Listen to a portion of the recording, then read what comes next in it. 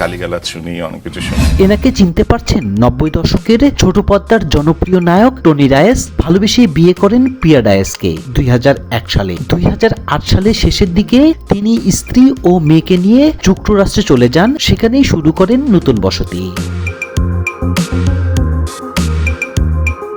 সাম্প্রতিক সময়ে টনি ডায়েসের মেয়ে অহনা ডায়েসের সমুদ্র সৈকতে বাবা মায়ের সাথে মেয়ের আপত্তিকর পোশাকে আলোচনায় এসেছে টনি ডায়েসের ব্যক্তিত্ব নিয়ে। যে লোকটি তার অভিনয়, উপস্থিতি এবং কাজ একসময় টেলিভিশন সংস্কৃতির মার্জিত ছিল, তার মেয়ে কিনা বিকিনি পরে সোশ্যাল মিডিয়ায় উত্তাপ ছড়াচ্ছে। তাই তো অনেকেই মন্তব্য করছে, মেয়ের ছবি কি বাবাই তুলে দিয়েছে? শুধু কি পোশাক, তার শরীর জুড়ে রয়েছে নানান রকমের ট্যাটু, দেখে মনে হবে নীল ছবির নারীদের মতো। এতে বোঝা যায় বাবার ব্যক্তিত্বের উল্টো দিকে, অর্থাৎ পশ্চিমা সংস্কৃতির দিকে ঝুঁকে পড়েছে মেয়ে অহনা ডায়েস।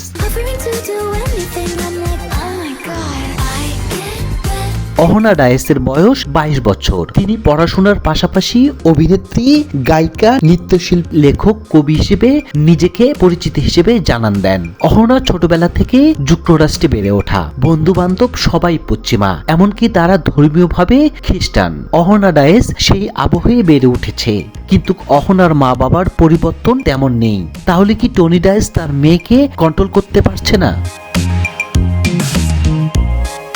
অহনার সোশ্যাল মিডিয়া ঘুরে দেখা যায় তার এই ছবি শুধু নয়, এর আগেও অনেক ছোট ছোট পোশাক পরেও ছবি ও ভিডিও রয়েছে।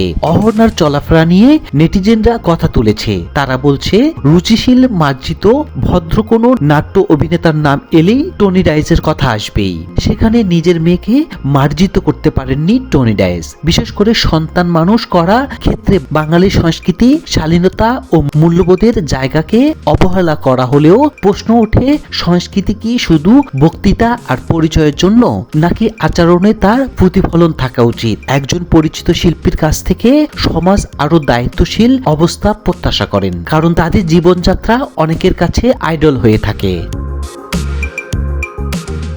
বর্তমানে মেয়ে অহনা এবং স্ত্রী প্রিয়া ডায়েসকে নিয়ে নিউ ইয়র্কে লং আইল্যান্ডের হিক্স অলিভ শহরে বসবাস করছেন টনি ডায়েস। তিনি সেখানে একটি বেসরকারি প্রতিষ্ঠানে কর্মরত আছেন। আমাদের সংস্কৃতিকে বাইরে নেওয়ার জন্য এক্সপোর্টে যেতে হবে, বাইরে কাজ করতে হবে, শুটিং করতে হবে। একসময় বিশেষ করে 2000 থেকে 2008 সাল পর্যন্ত নাটকের জগতে সবচেয়ে জনপ্রিয় অভিনেতাদের শীর্ষ তালিকায় ছিলেন টনি ডায়েস। তিনি 1994 সাল থেকে 4 শতাধিক নাটক, ধারাবাহিক এবং টেলিফিল্মে অভিনয় করেছেন। এছাড়াও তিনি কয়েকটি চলচ্চিত্রে অভিনয় করেছেন, সেগুলো হলো মেঘের কোলে রোদ এবং পৌষ মাসের পীড়িত।